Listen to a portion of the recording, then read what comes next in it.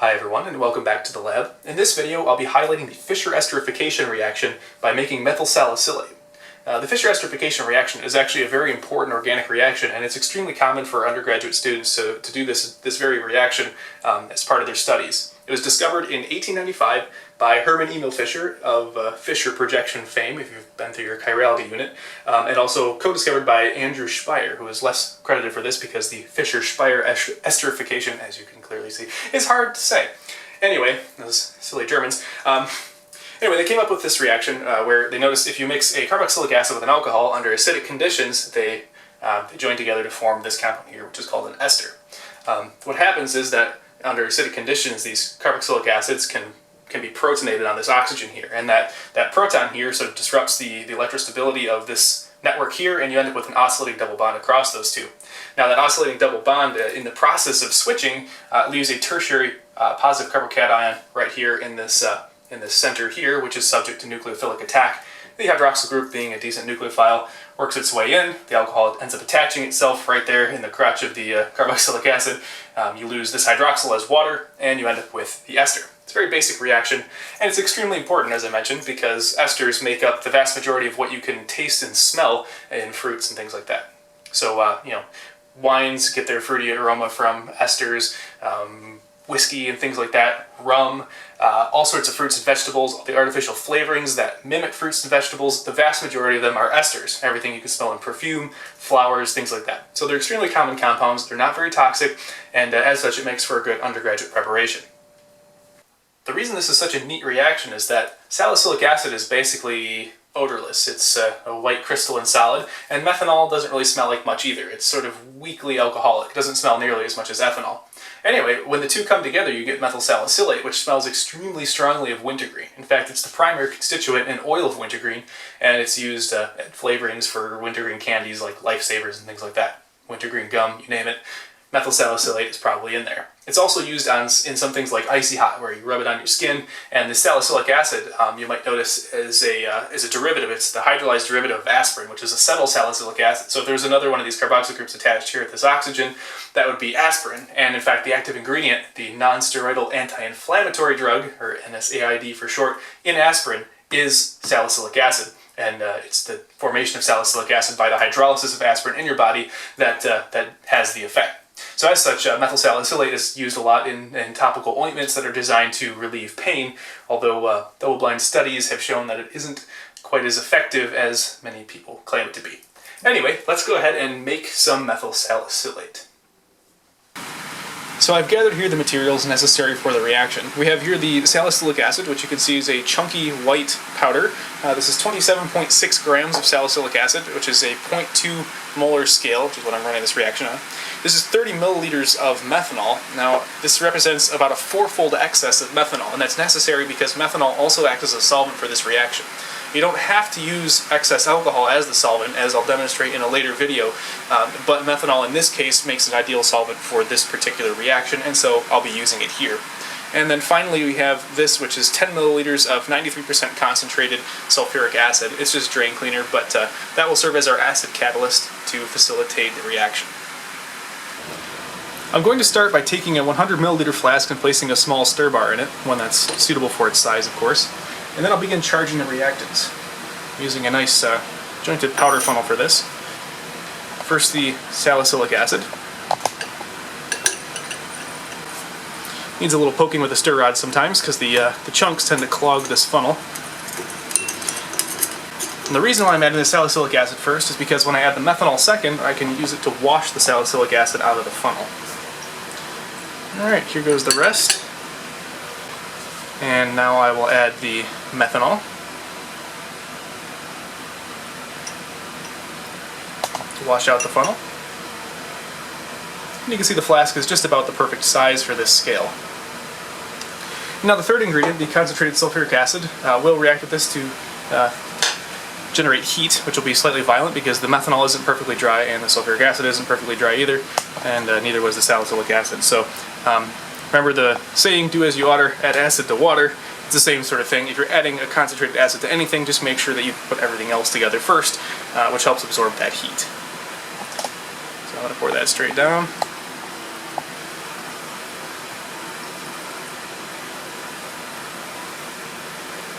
And you can see a small amount of heat has been generated, and the methanol has begun some localized boiling, which will settle down very shortly. Also remember that when you've finished using a cylinder for something like concentrated sulfuric acid, remember to always rinse it out right after, because if you leave it out on the bench and someone doesn't know, even if they pick it up on the outside, there's a little dribble that runs down, and concentrated acid is no fun on the skin. So just for safety, and always, of course, wear your safety glasses.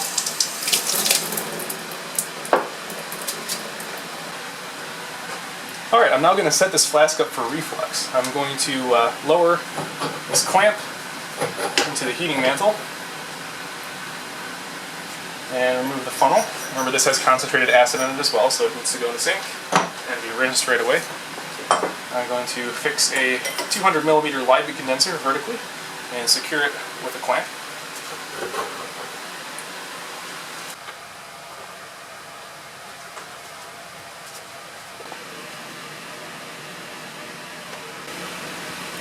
And now I will start the stirring, followed by the heating, and pretty soon this will come to reflux. Now, of course, the purpose of refluxing something is to keep it at the highest temperature possible for a long period of time, and of course the highest possible temperature this solution can be without any of the reactants leaving, that is the boiling point of methanol. So this will heat up to about that temperature, the methanol will boil out and end up in the condenser where it will drip back down. Now, we'll bring this to a boil and we'll let that happen for about an hour and a half while we talk about the rest of the workup of this reaction. I'll discuss that briefly before I do it, and we'll come check up on this in a little while. The workup of this reaction is actually fairly simple. I'm going to draw a container here, and this will represent the reaction flask, and this will represent the contents of the reaction flask when the reaction is over. Now, since this is an equilibrium reaction that involves the removal of water, and during the reaction we're not really removing any water, it's mostly just being sequestered by the sulfuric acid, that means that there's going to be a significant amount of the starting products left within this flask in addition to the final products. So I'll list them out here. Alright, so you'll notice we'll have methanol, sulfuric acid as the catalyst, methyl salicylate, salicylic acid, and water left in this flask. Now, how do we separate those out? Well, the first obvious thing becomes boiling point, right? Maybe we could fractionally distill this somehow, and that is true to some extent. Methanol boils at like 68 something Celsius, maybe it's 70 something, I don't really remember. But methanol boils at a very low temperature, certainly much lower than any of these, even water. So by heating this, we will be able to drive off the methanol and take it out of the equation. Water will leave it about 100. We might be able to remove some water by heating it to 100, but remember that the sulfuric acid has a very high affinity for water, and so that's going to artificially raise the boiling point of this whole thing, and we may end up destroying things if we try and drive the water off using this method. So now we need to find a way to separate these components. We've removed methanol. And the solution here is to add a base, because if you look at the solubility of methyl salicylate in water, it's not very soluble. Salicylic acid is also not very soluble in water, but sulfuric acid is, and obviously water is. So if we were to add water to this solution right here, we'd end up with layers like that. The methyl salicylate and salicylic acid would end up in the top layer, and the sulfuric acid and water would end up in the bottom layer, and we'd be able to separate the two. Now, there's something interesting that you can do to eliminate the salicylic acid as well. It turns out that salicylic acid is not very soluble in water, but like most acids, the salt of the acid is much more soluble in water. So if instead of adding water to this, we add, say, a solution of sodium hydrogen carbonate, or sodium carbonate or some other base like that, that would react with the salicylic acid to form sodium salicylate, which would end up in the water because it's far more soluble in water than it is in methyl salicylate, that is. So that we'd end up with a layer of methyl salicylate, which we can take right off, and the rest of the components in the bottom. It's a quick extraction, right? Well, not so fast. If you look at the density of methyl salicylate, it's about 1.1. The density of water is 1.0, but you have all this crap dissolved in it, so it's probably going to be like, 1.1 plus. We'll just call it that. I can calculate it if I wanted to, but we'll just speculate that it's going to be close to this. And because of these close densities, these layers aren't going to form so well. This might be on the bottom, it could be on the top, but most likely it's going to form an emulsion, which means a series of tiny blobs that are suspended throughout. It basically just makes the solution look cloudy, and it's difficult to separate. And so we may have to do an organic extraction on this, which is we'll just add something like toluene to the flask, right? The toluene will layer out on top. Now the methyl salicylate, being fairly non-polar, which is the reason it's not in all of this, will migrate to the toluene layer, and everything else will stay in the bottom. And then we can go ahead and take that layer off, and then we'll end up with a, a container of the methyl salicylate and toluene only, and then the toluene having a much different boiling point than methyl salicylate. I believe it's around 130-ish C. Not really sure, but I know it's really far from methyl salicylate, which is something like 222. They should be easily separable by distillation, leaving us, after the toluene evaporates, with nothing but methyl salicylate. So that is the plan. And as you can see, the mixture has now reached a stable state of reflux. It's only about 2/3 of the way up the condenser, which is pretty darn good, and it's returning it nicely. So I'm going to leave it like this for about an hour and a half to allow the reaction to go as far to completion as we possibly can get it at this temperature. Alright, well, this has been refluxing for approximately an hour and a half, and you can see that the color really hasn't changed. However, the consistency has. I'll show you that in a second. Of course, we're still refluxing away. There's a bunch of condensation on the condenser, as to be expected. It's humid here in the summer months, so I'm going to turn off the heating and stirring, and I'll drop the heating mantle. Apologize for the squeaks, but you'll notice something has changed dramatically in that we now have a biphasic system. One of those phases is going to be the methyl salicylate, likely the denser phase at the bottom, and the upper phase is likely to be the methanol with sulfuric acid in it. So you can see there we've already got some pretty decent separation, which was sort of unexpected as far as what I had predicted. But anyway, it should be fairly easy to separate. So the first thing, obviously, is to distill off the excess methanol. So I will let this calm down and cool down sufficiently to stop boiling, and then switch over quickly to a different condenser, and we'll be able to start stripping some of the methanol from this. Alright, so as you can see, I've got this set back up for distillation. I just now turned the heating mantle back on. We have our cooled reaction mixture down there. I have a short path condenser attached to that, just for convenience. In general, you wouldn't use a short path condenser with methanol because the short path doesn't condense the methanol vapors fully. However, I'm not really going to be collecting the methanol. I'm just going to have it drip into a beaker. I'll put that up on another lab jack or something. Just because I'm not reusing the methanol. Believe me, anything that comes in contact with methyl salicylate will stink like wintergreen forever, so there's no way I'm actually going to be able to purify this methanol enough to put it back in my stock, or rotate it back in as, say, even washing methanol. So, anyway, I've just turned heating on, like I said. Pretty soon the methanol will start to condense in this condenser. We'll strip it off until the methanol's gone, at which point we'll notice that it'll be harder to boil, and the mixture will get a lot more viscous, and when we start getting mostly water rather than ethanol out at the end here, judging by just how it's dripping in the beaker, looking at the liquid density and things like that, honestly we can just ballpark it. We're trying to remove most of it, not a qualitative amount here. Then we'll proceed to cool it down and go to the basification step. While we're waiting for that to boil, I'm going to go ahead and prepare for the basification step by making a saturated solution of sodium carbonate and water. So this is sodium carbonate. It's pooled pH+. Of course, it basifies your pool, so it raises the pH. And it's sodium carbonate monohydrate, almost completely pure. And it's so cheap that I really don't care to measure it out to actually make a saturated solution. I just make sure I add enough that it's not all going to dissolve. Doesn't really matter if there are impurities in this because, again, it's staying with the aqueous layer anyway. If it dissolves, and if it doesn't dissolve, it'll be decanted. So no big deal. I'll just continue to stir this until it's dissolved, and if it completely dissolves and there's nothing left on the bottom, I'll add a little bit more until some remains on the bottom, indicating that the solution is saturated. Alright, well, you can see the methanol is starting to come over. I've added some foil around this flask because the geometry of the short path condenser doesn't really allow me to center the flask in the heating mantle, so the foil sort of helps keep the heat in. It's a good trick to have that around. You can see the methanol is slowly collecting here in this beaker, and we should be able to collect just over 20 milliliters, assuming we haven't lost any out the top of the condenser before. But I'm assuming we have, so we'll essentially just distill this until the distillation rate stops, which means that the flask is now transitioning to distilling, say, water or something other high boiling point, which will take quite some time. So we'll definitely notice when this slows to a halt, at which point we can stop this and then head for the basification step with the sodium carbonate, which is still dissolving.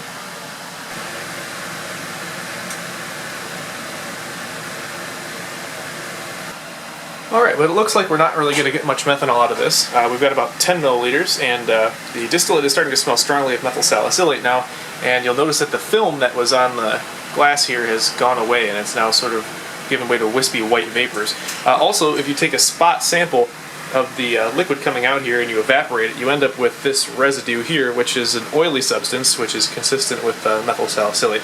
Really smells like oil of wintergreen. So we've pretty much removed all the methanol, and we've now gotten into the stage where we're volatilizing the product. So I'm going to go ahead and stop this now by turning the mantle off, and I'm going to lower this down to reduce the heat, and then we can go ahead with the basification step. Once that cools, of course. Alright, so this has had a chance to cool. It's now just under boiling. It's probably still 70 or so Celsius. In fact, I can check that right here. Yep, wow, I was right on the money. 70.6 Celsius, so still fairly hot, but it's cool enough to handle at this point. And of course, since the methyl salicylate doesn't boil at 222 Celsius, it's not particularly volatile at this temperature, although it will stink up the lab as it normally does. It's nothing that we can't handle. So I'm now going to pour this into a small beaker here, and we will use this beaker for the neutralization process. You'll notice that it is still biphasic, and actually I was pondering this while it was cooling, and I think I've come up with a solution. The thing is, we accidentally did two steps at once in the first step. The reflux condenser I chose was not as efficient as I'd assumed for methanol. And despite methanol condensing rather well in the condenser, as you might remember, we were losing some off the top, or it was reacting. So what happened was the methanol was slowly escaping from the system while some other methanol was reacting, and eventually there was so little methanol in here that there was nothing to keep the two layers mixed together, and that's the role that the methanol would have played before. Because remember, after we removed the methanol, we expected it to be biphasic, and then we can move the salicylic acid from one phase to the other with the neutralization procedure. So anyway, I believe that's what happened. That's also why I got so little methanol out before it started switching over to the salicylate. So anyway, that explains everything. The experiment is still on track. I'm now going to transfer this and into the beaker, and we'll proceed with the neutralization procedure. Alright, so now that we have the mixture transferred to this beaker, I'm now going to begin the neutralization process, which will force the salicylic acid into the aqueous layer. This is the saturated sodium carbonate solution. There's some gunk floating in it, but we'll remove that later. And it's cloudy because, of course, it's saturated and it cannot hold anymore, and as it slowly cools, tiny amounts of sodium carbonate are precipitating out. Anyway, I'm just going to add this to this beaker until the fizzing sort of slows down, and then I'll keep checking it with this book and pH paper here. You can get this for cheap. I think I got it for like 20 cents a book on eBay from China, so I picked up a huge pack of these, like 50 or 60 books. So very handy to have around, because obviously you never know how many times you're going to need to use it. So I'm going to go ahead and start adding this very carefully. Ooh, yes. Localized heating, lots of fizzing.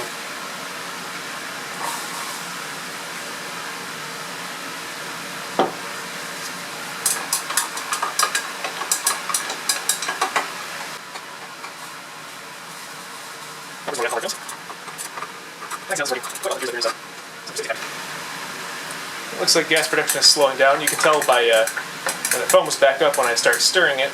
That's because there was insufficient mixing to successfully get the two to react before. So you can see it's much less violent now. Still not quite neutral, as you can tell by the bubbles, but we'll check it with our pH paper. It should show still fairly acidic. Yep. So you can see that's oil of wintergreen on top. That's the methyl salicylate, and then that's the actual solution there underneath. So it actually is layering out fairly well. I did not expect that. I guess the densities are more different than I'd imagined.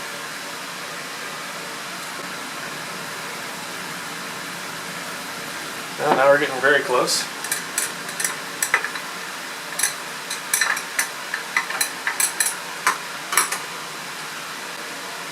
And strangely, the solution turned orange. I bet that's because it's becoming basic, and there's probably some iron in that sulfuric acid. Yep. It's got to be. So it's probably some iron hydroxide, which is not a big deal. I'll use the other side of this piece of pH paper and see if I can get a below the oil. Yep, and you can see now that we are somewhere on the basic scale if you look through the oil which has contaminated the paper. So, okay, we've successfully basified that, and if you look, let me bring the camera down, and you can see here how it's still biphasic despite the neutralization. So even though we guessed that the densities would be fairly close, they are in fact sufficiently far apart that the methyl salicylate is floating atop. That also means, since methyl salicylate has a density of 1.1, the solution down here has a significantly higher density than that, which was probably aided by this sodium carbonate solution that we added. So anyway, I'm going to go ahead and put this in a set funnel, which I have prepared just over here, and we'll go ahead and take that top layer right off. Alright, so this has now cooled down, and you can see that the emulsion has gotten a lot worse, and this is because the solution has cooled down. Things like sodium carbonate have precipitated out, sodium sulfate perhaps, and also more of the methyl salicylate. And the densities of these two are so close that the emulsion is staying happily together. Now, we're trying to get at least one of these layers clear, preferentially the upper layer, and you can see that neither of these are. So we're probably going to have to resort to the organic extraction method that I outlined earlier when we talked about the isolation scheme, or the workup scheme as they call it, for this video. Now, I can work it up with a number of things. Ideally, diethyl ether would be used because the diethyl ether boils at a very low temperature and will be the easiest to remove from the methyl salicylate when we're done. And it's great because it has a very low density, so it'll float on top, and it's just going to only help the methyl salicylate come to the top as it dissolves in it. Now, I chose something like toluene because I don't really have a whole lot of diethyl ether at the moment, and toluene has the density requirement. It's good, it's a very low density solvent, but unfortunately it also has a high-ish boiling point of 130, and we just noticed that when taking some methanol / water off of the reaction mixture, we were getting a significant portion of our product with it. So I'm kind of apprehensive about using toluene because it appears that methyl salicylate will co-distill with it to a great extent. So my other option is to use dichloromethane, which is risky because, remember, this is density 1.1, so this is a higher density than that, probably somewhere between 1 and 2, and dichloromethane has a density of about 1.3. So this could very well be about the same density as dichloromethane, which would leave us in the same emulsified situation that we've been in. So what I can do, though, is take a small amount of this out of representative sample and put it in a small tube and shake it up with some dichloromethane and see if that actually helps the situation or not. So I'm going to go ahead and do that. The question is now, does the dichloromethane go to the bottom? So if it does, we're in luck and we can do that on the large scale. If it does not, then we're going to have to rethink what we're doing here. Actually, it looks like we're in luck. Notice it's collecting at the bottom in a nice, clear layer. And that is exactly what we want to see because the methyl salicylate will have moved into there. Okay, so I know we can go ahead and extract this with dichloromethane. So I'll pour this back in here so not to waste anything. And I'm going to go ahead and add several portions of dichloromethane to this, maybe 30 or 40 milliliters at a time, just enough so I have room in there to shake it still. And I'm going to go ahead and remove the stir bar if I can get in there.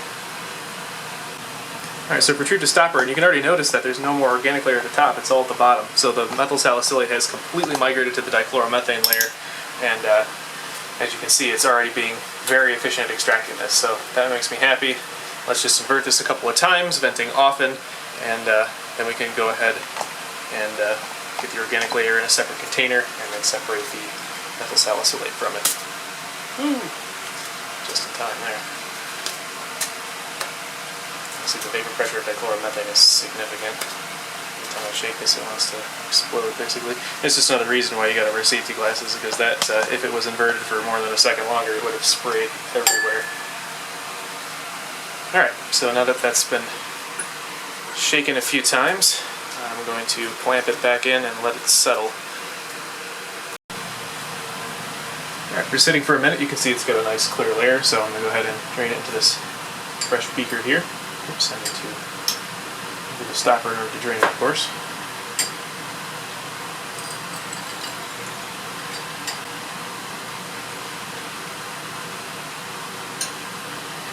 There we go. And now we'll do one more rinse of the dichloromethane. And I'm going to call that good. This one's going to be a slightly smaller portion. And begin inverting, venting often.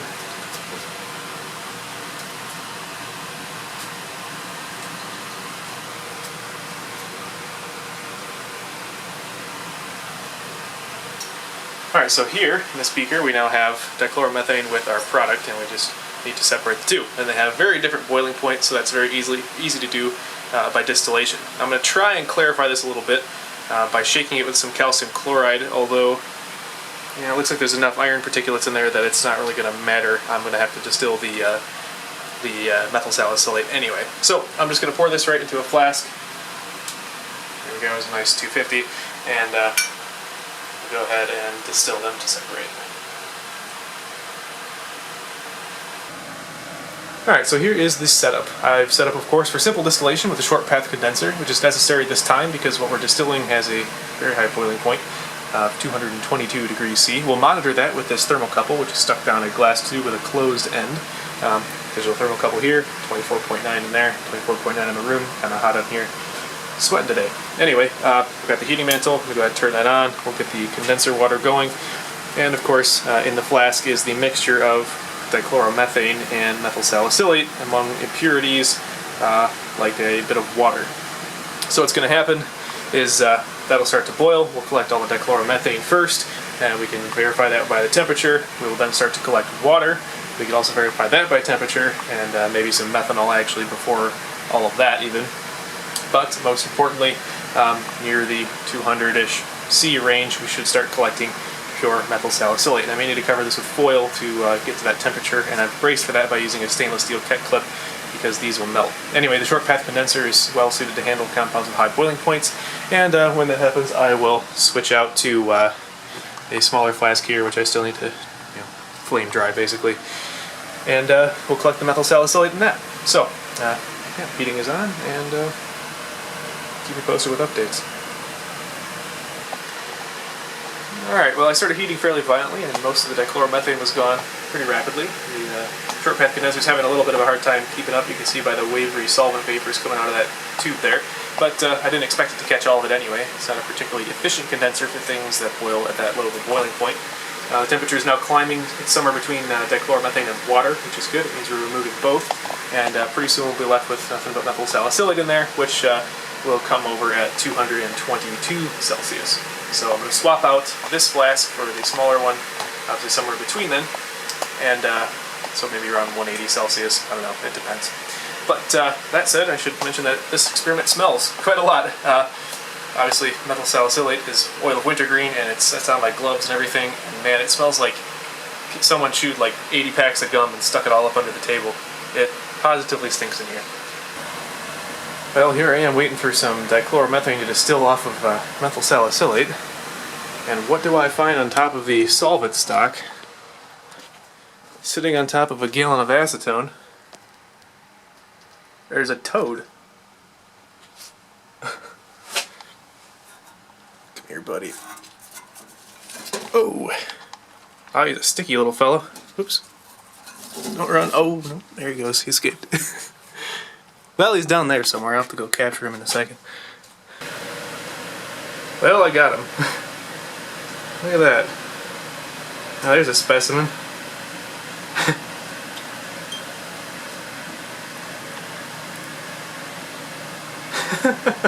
What a strange thing to have just suddenly end up in your basement. No matter which way I turn the jar, he keeps looking the same way. I think he's trying to go toward like the darkness or something. It's like a tree frog or something. He's really sticky.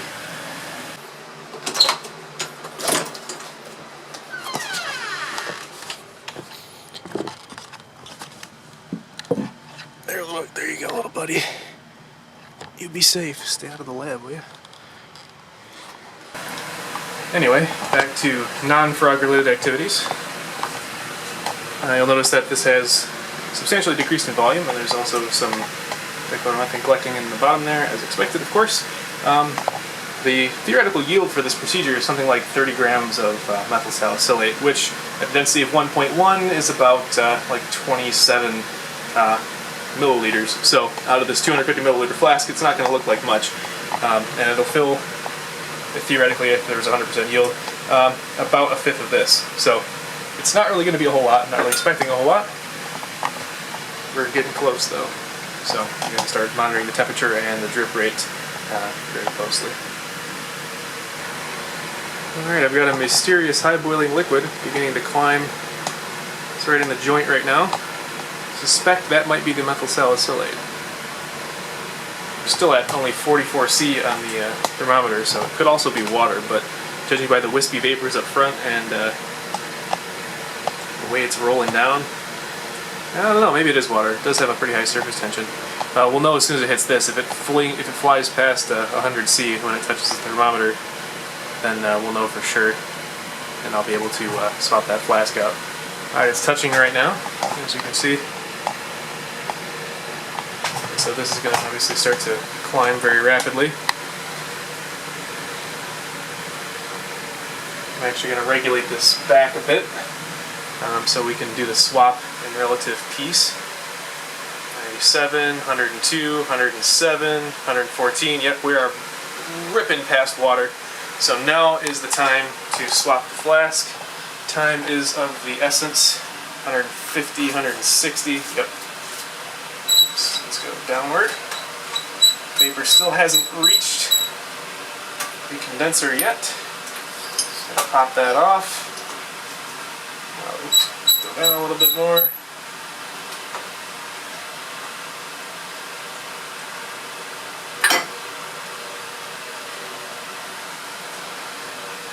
Alrighty, and I'm going to wait. Yep, see we're at 209. Yeah, we're coming up on methyl salicylate for sure there. Alright, full bore again. We're going to wait for the first drop to fall. And they're starting to fall now. 5, 6 drops. Alright, we're going to stick this on. Those first drops will clear the remnants of the dichloromethane out. And as you can see, we've managed to time that perfectly, and we're now collecting pure methyl salicylate.